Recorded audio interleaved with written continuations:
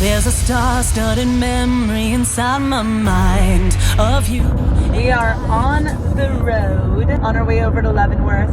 I'm taking the driving shift right now because Tanis is actually editing an Angelina reaction for our Angelina fans. We just have our Dutch bros, just keeping ourselves somewhat caffeinated to stay awake. Last night we kind of got on a little bit behind in work because I wasn't feeling good at the beginning of the week. So the beginning of the week wasn't as productive. So we ended up sort of having some backlogged work to do. Because we got so backlogged, we didn't get a ton of sleep last night. We got to bed kind of late, so I will be doing some extra vocal exercises before our vocal audition tonight.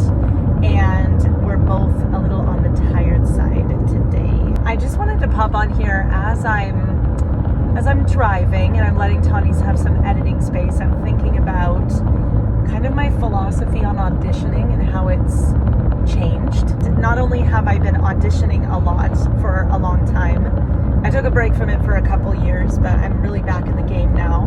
But I also have been teaching people, especially kids, how to better cope with auditioning. I've been on both sides of the table. I've also music directed shows and served on artistic teams where I've had to sit and watch other people audition. What I can say is that it is a crapshoot no matter what you freaking do.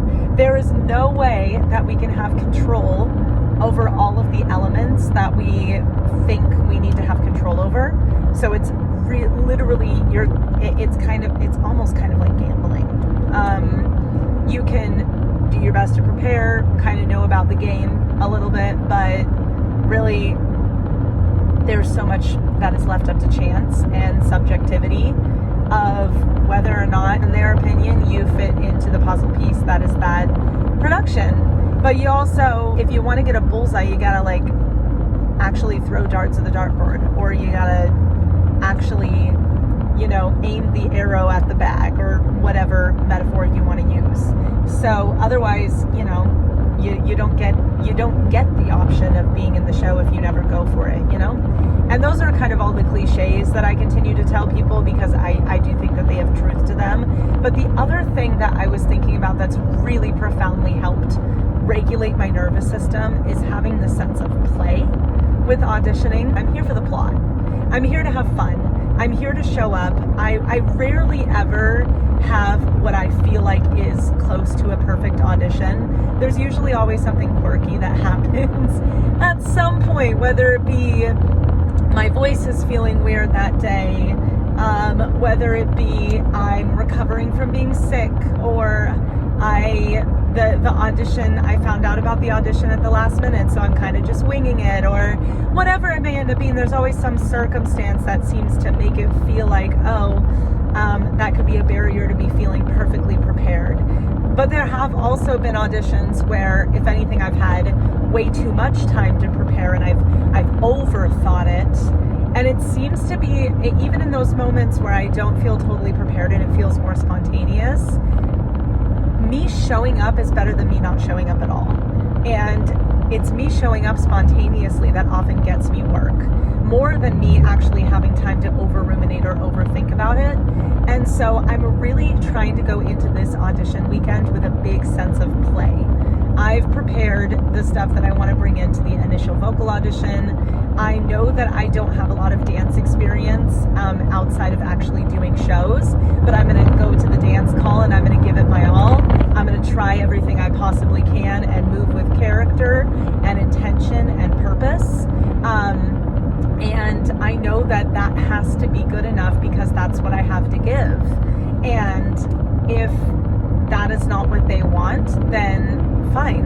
I'll figure out other things to do with my summer, But if it is what they want, then amazing. But it's kind of like everything is open-ended and we're just going into this to see how the plot thickens. We're not going into this with any preconceived notion or expectation. I used to feel like I had to plan what would happen if I do get this gig, what would happen if I don't. And now I'm just kind of shooting for things and just seeing where things land and just being a little bit more comfortable living in the mystery. And there's a playfulness to that. There's almost a rebelliousness to my OCD tendencies toward that that feels really liberating. And I don't know if that makes any sense to anybody but me, but I'm sure I'm not the only one who just used to get so astronomically in their head about all of this stuff, and used to think that every single audition, whether I got it or not, was a determination of my worth as a performer. But nobody has to give you permission to do your art. And at 30 years old, at this point in my life, I've created so many of my own opportunities in my career that I really don't need to get the role. It doesn't feel as life or death for me, or as determining of my worth as it did when I was in my early 20s auditioning. And I was like just out of college, and I was really panicking about what my future looked like. Now I have this business, and I'm a little bit more established, and I wish that I had that level of perspective earlier, even though I didn't have quite as much established with my business, because the truth is I could have. So if you're a younger performer that's listening to this random car rant that I'm giving you before I get off here and take a little break from vlogging, I hope that you learn that lesson, that you can go into auditions with more of a sense of playfulness faster than I do, because boy do I think I would have gone a lot further in the audition world sooner if I had not gone into all of these opportunities kind of shooting myself in the foot from being so anxious and so high strung. It is about 6:30 p.m. We actually have our audition at 8:30 p.m. We finally made it to the Airbnb, and a little bit of a moment of honor for this thing because it is so freaking cute. It's very vintagey, very Bavarian. It's a Swiss chalet, and it's Stoller Ranch with a lovely lady named Heidi, and her husband is hosting, and it's just a super cutie little room. So we feel super cozy here, got a really warm welcome. We are cleaning ourselves up after the drive, and then we're gonna head over to the audition. Still feeling pretty good. Went over our audition materials on the drive over in the car, did some straw phonation and a couple vocal warm-ups. I'll probably talk a little bit more about how I warm up and prepare for auditions at some point in the future. But for now, we're gonna use our last hour or so that we have before we actually have to head to downtown Leavenworth for the audition to chill and freshen up. There will be legends written about this night, but through all stormy weather, I can't escape your heart as it's beating right against my chest. So long since I felt a spark, now you're making me catch my breath till I ain't got nothing left. 'Cause when you walked into the party with a 90 glow, my heart is filled with curiosity, I had to know. And if you're pirouetting in circles round my mind, I just declare desire, made mistakes. Done with the mover call.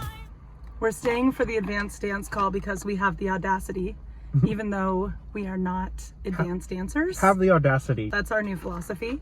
And we're very, very sweaty, and Tawny's needs carbs. So we're in the car, just on our break, waiting to go back in. But I think it went I think it went decently well. I felt like I was moving better than I've moved in a long time. And it was very fun. yeah.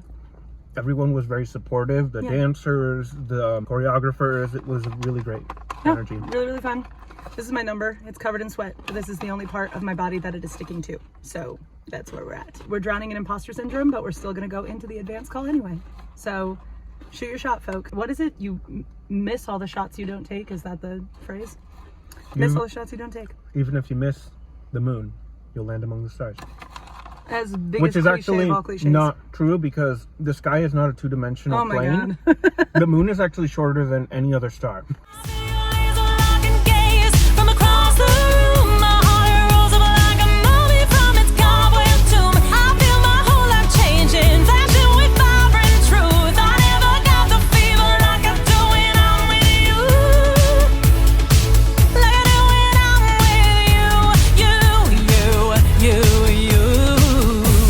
Smile like the sun beating on my face. You lean in close and whisper, let's escape the whole world, let's just leave this place. Let's make a night that's brighter. I never felt alive till I felt your lips press up to mine. So long since I felt this love, making everything a bit more kind. This is the time of our lives. 'Cause when you walked into the party with a 90 glow, my heart had filled with curiosity. I had to know, where did your pirouette and it circles round my mind. I just declare desire, made mistakes a million times. I feel your eyes on lock and gaze from across the room. My heart rose up like a movie from its cobweb tomb. I feel my whole life changing, flashing with vibrant truth. I never got the fever like I do. Hello, everybody. So you just watched the entirety of our Leavenworth footage from when we were actually at Leavenworth proper auditioning for their summer theater program. But now we're sort of wrapping it up. We're back home.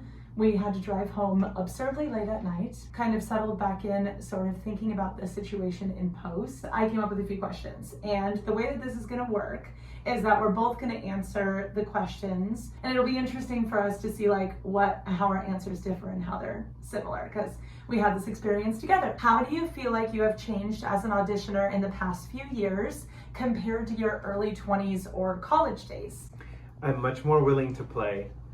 Back when I was in college, I think it's very easy to get stuck in a mindset where you just want to show off, or it's maybe self-centered. I don't want to give off the idea that I thought very highly of myself in my college years. What I mean to say by that is that it can be very easy to fall into the trap of self-reflecting in the moment when really your attention should be on your scene partner. When you give energy to your scene partner, when you really try to affect them with what you're doing and you connect on a human level and just look them in the eyes as much as you can, you will connect with them. And I think that's something that I was really lacking. I'm sure you can expand on this, but we've been to auditions together and separately, especially musical auditions where we're so focused on the music and getting it right rather than just being willing to explore and play with the material that was given and the direction if the director happens to give you a note. I do feel like, though, that the conversation is not necessarily just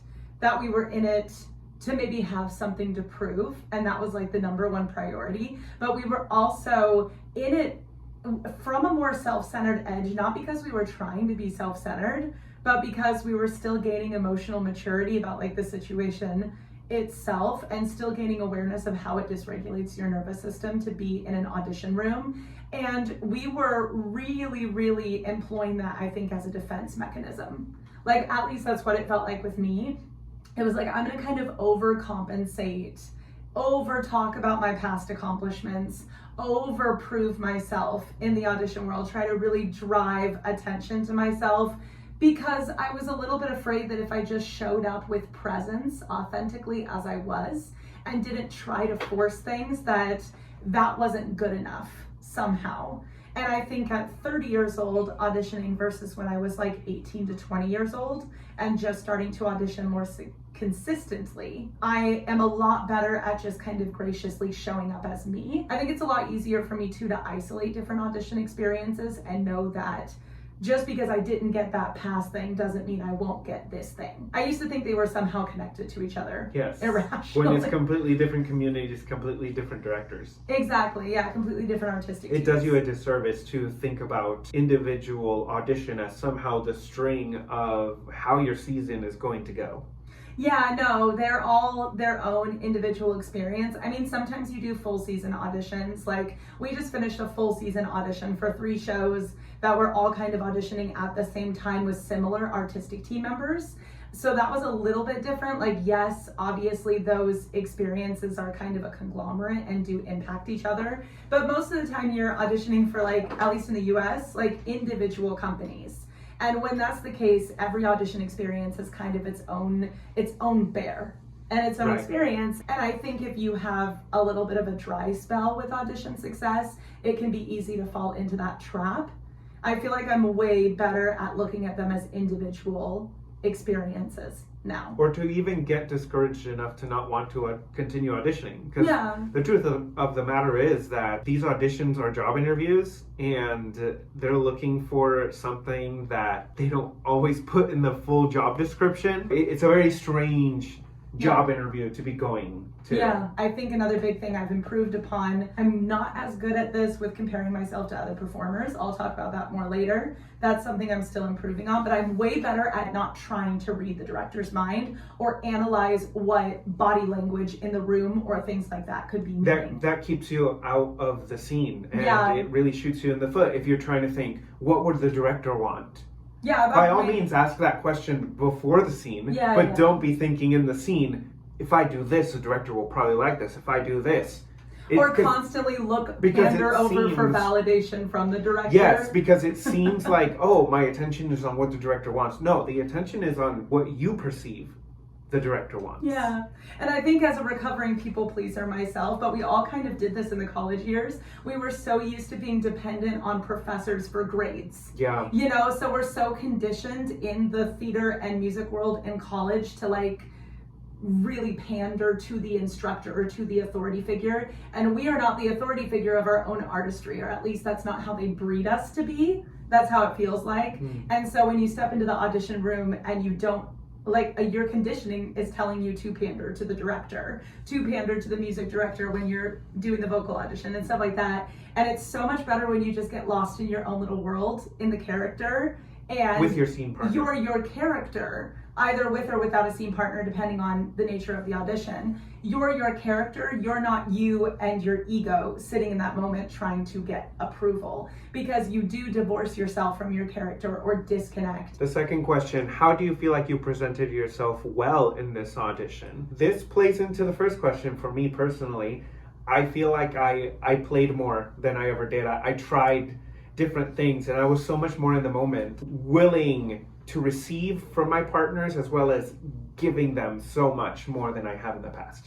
I genuinely felt thrilled and had fun the majority of the time in this audition, and I have not felt that way in auditions for so long. And those are the ones that we usually end up booking. It's disarming. It's disarming for a directing team to see someone that's so willing to engage. The third question was, what was a key attitude you had going into this audition that served you? When I was at my best, there were a couple moments, as you know, anticipating the audition that I agonized a little more than I should have.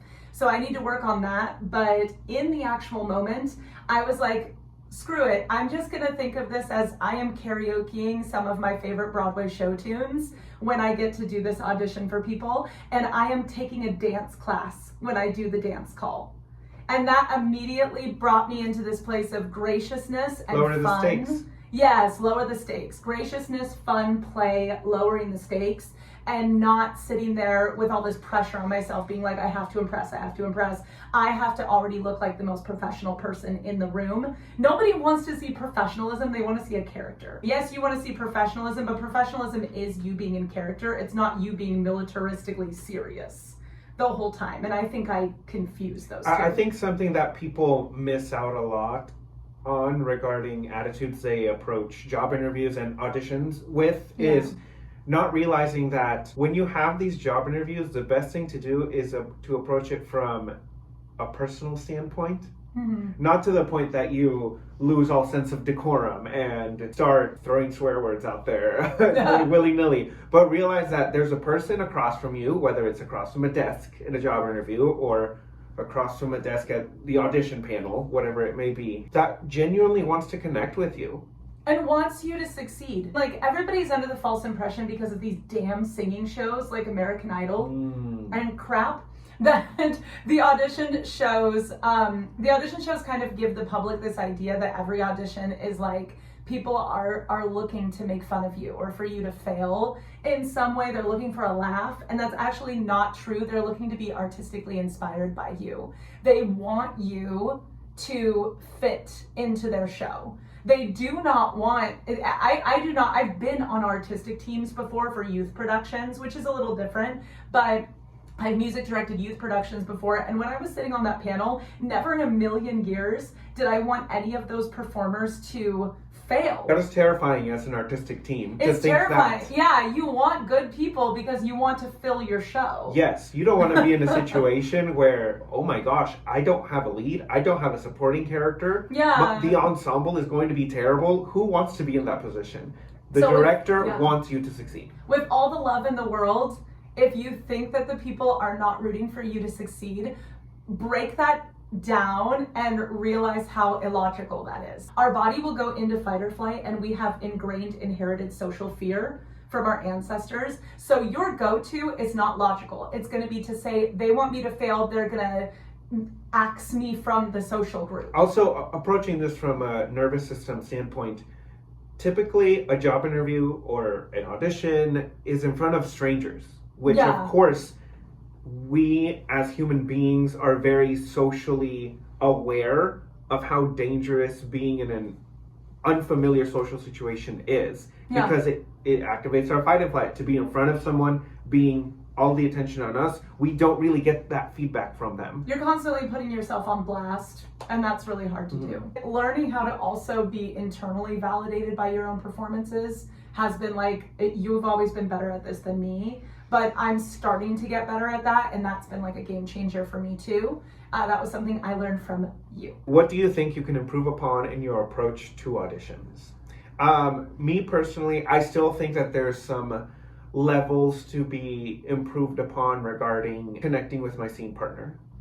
What do you feel like is a barrier to that for you right now? The obvious barrier in audition situations is having a paper in your hand and doing cold reads. Cold reads are hard. Cold reads are hard, which is why I appreciate that lately the auditions that we've gone to have given us the material ahead of time. We've at least had a few days to look at scripts or excerpts from scripts lately, and that's been so nice. I'm hoping they continue. That needs to continue and be industry standard. You get so much more out of actors, even if they just get a couple days to look at it for like an hour total. Like just getting the fact to run it, getting the opportunity to run it the day before. Like when we got called back for this show, getting to like look at those sides even just the night before was so helpful, instead of it being like, oh, here you go, act, when you're just discovering what the words are for the first time. You know, that's so hard. I think I showed so much improvement during the actual audition, but I still had some sucky moments anticipating the audition. The lead up to the actual performance. That almost makes it, that part is harder for me than the actual thing. In essence, you present yourself well, but leading up to that presentation, you are in agony. Yeah, I make it hell for myself. I can't enjoy the rest of the day until that audition is over. And then I have this huge wave of relief over my body once it's over, and I'm like all animated again, and I can talk, and I'm a talker, as you all know from the channel, and some of you have commented on. But thank you for those who have gone to bat for me, because the analysis are supposed to have words in them. Just saying. But if when I stop being a talker, or I stop being as articulate, that's when you know that I think I'm like going into no man's land in my brain. And I had a few moments where I just like was disassociating or spaced out, or was comparing myself too much or agonizing.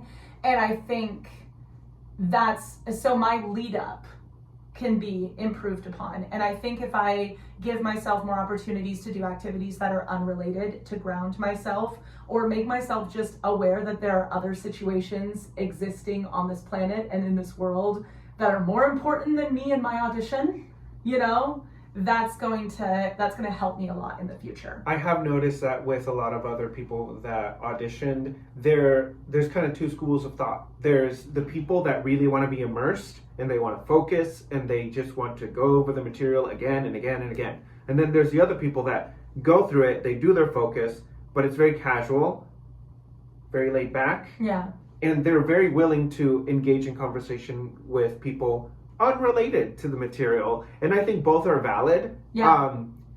And I think both can be harmful to your psyche, depending on your approach. So I think they're inherently neutral, and Yeah. It's the subtext of how you approach something that makes it hard. Well, it also depends on your personality, because I have OCD, and so it's very easy for me to hyperfixate and over focus on something. And there is a such thing as over prepping, to the point of like getting into your head really bad and analyzing every minute detail. I am so like that. That's how my brain works as a neurospicy individual. So it is way better for me to actually go to overcompensate on the casual side sometimes, because I'm not the type of person who physically can be completely underprepared for something. I will not let myself, but my version of being adequately prepared is usually like going into compulsion land.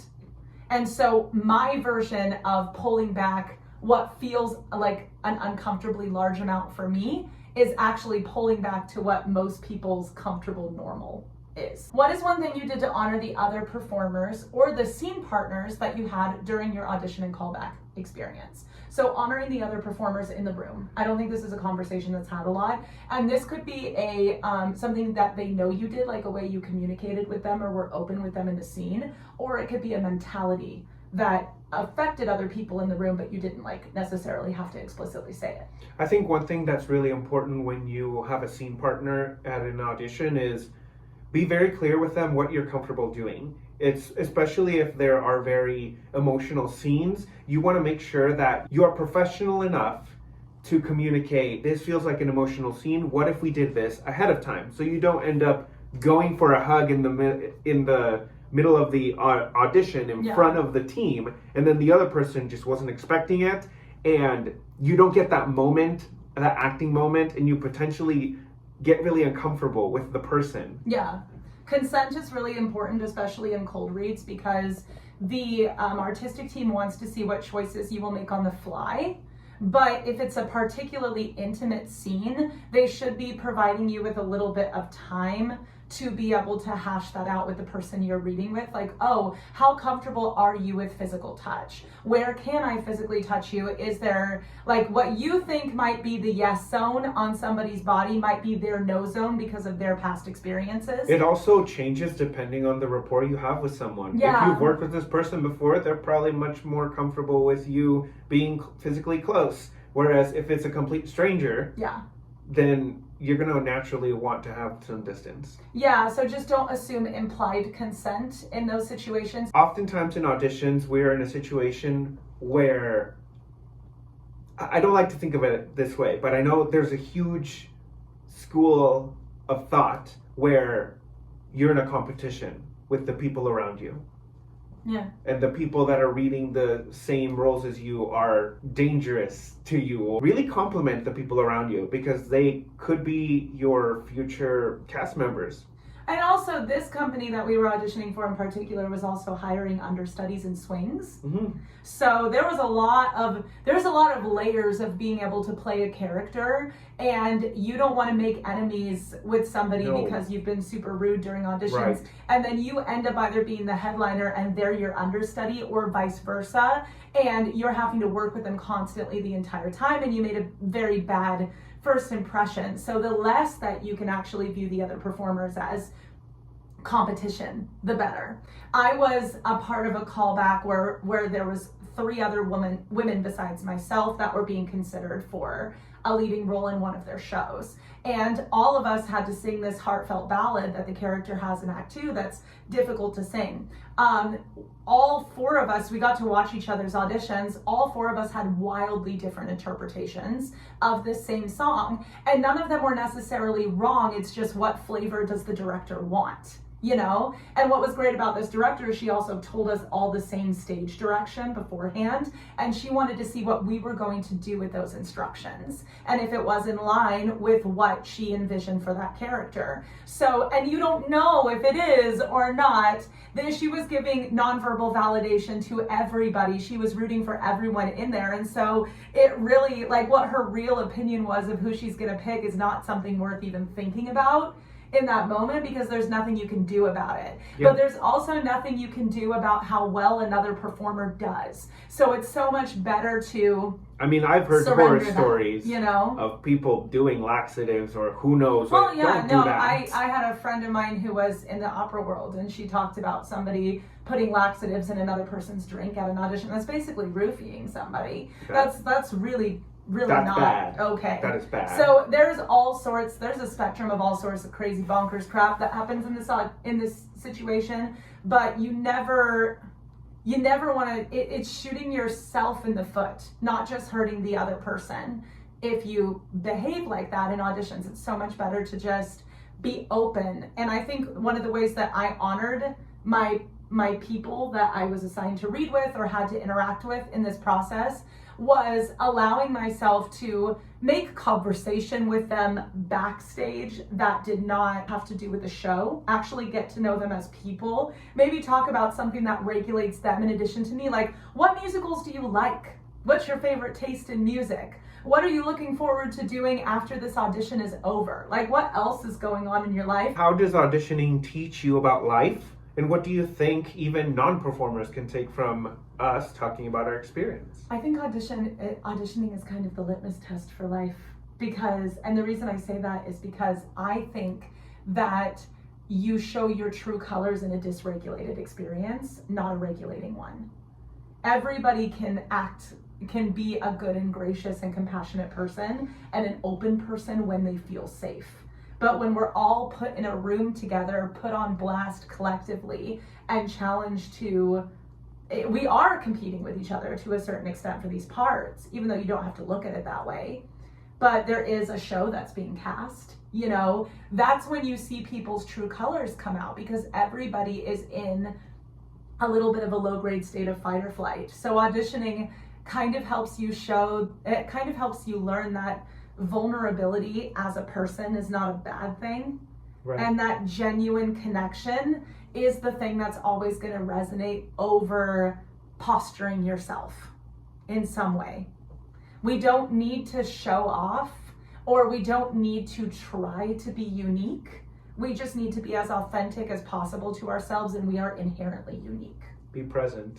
Yeah. It's captivating. What was your favorite aspect of this particular audition experience? I think the community was very supportive, not just the artistic team, but we met so many people that were auditioning that were so supportive of each other, and I'm sure a lot of them had rapport because this is a long-standing summer program. Us as the newcomers, we felt that warmth too. It was extended to us, and sometimes it's only extended to the clique if these people have histories of working together, and when you're not a part of the clique, you sort of feel ousted, but that was not the case at all with this community. They were wonderful, and I would say this was the funnest dance callback I've ever done. And I usually dread dance callbacks because I don't have a lot of dance experience, but this one I actually felt more like a dance class than a callback. And I think that has a lot to do with attitude too. Yes, my attitude was better. But the way the leadership approached it was very successfully fun and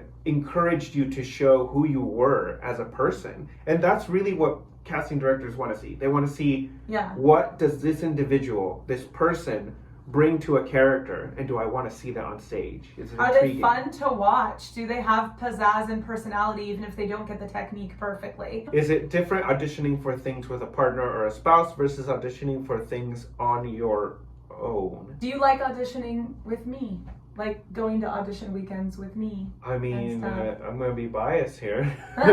She's my best friend, so of course I like to tag along with my best friend and do things together. But I will say that, like, for me as a non-neurotypical individual going into this, it was so valuable to have somebody who truly knows you and has that history with you in the room. You can see that I'm dysregulated when I actually present and can fake regulation very well. I'm so articulate that sometimes I could be spiraling and the only one in the room that can tell is him. Even if you don't audition in pairs for the same shows, just having a support person there makes the world of difference. And it doesn't have to be a spouse. Genuinely make friends with your fellow performers. Yeah. If you don't if you don't think of them as just like competition and you genuinely form friendships with them, then you guys can go into this experience elevating each other And I think that it's all about the connections and the networks you make in this industry, less so than even the amount of gigs you get or how impressive your resume is. I think auditioning in itself has value, even if nothing comes from it? Absolutely. Auditioning is putting yourself out there in a very vulnerable way, and that is always an opportunity for growth. You get to experiment and play in a way that when you're ironclad to what a director wants in a show, and hopefully that director is collaborative. Not every director, I think, genuinely is collaborative. Sometimes people just want you to parrot what they want, but a collaborative director will help you play a little bit more in a show too. But no matter what, you get to play with your interpretation in an audition, and that is really, really fun. And you kind of get to be like, that's the opportunity for you to be your own director to a certain extent. So that has value because you become more identifiable and ironclad in your identity as an artist through that experience. We learn new things about ourselves through every single experience where we get to practice vulnerability and being authentic in spaces that feel scary to be authentic in.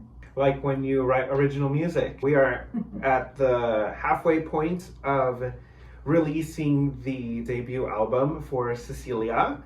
That would be my stage name. When you subscribe, when you like, and when you comment on our videos, it helps support this channel. It helps support the ability to continue creating this wonderful art. And we're excited to finish it out, hopefully by the end of the summer. Then we can move on to other exciting projects, and there are so many projects, y'all.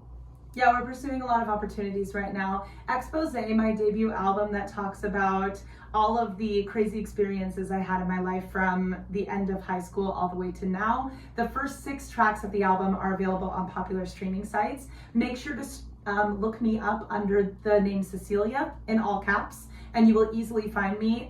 The premiere single from this album is called Slow Dance, and it's a jam. So if you like anything that is folk, alt pop, or a little bit of country and rock inspired, you will really enjoy this art. So help us continue to practice vulnerability by putting our art out into the world this way and showing up and supporting it. Thank you for supporting the channel. More reaction videos are coming soon. This is a deviation from our regular content. We had a we had a crazy weekend. Very rough 72 last hour. Yeah, that being said, it was rewarding in its own way. We're excited to share this new content with you, but we'll be back with the usual programming very, very soon. Bye. Bye.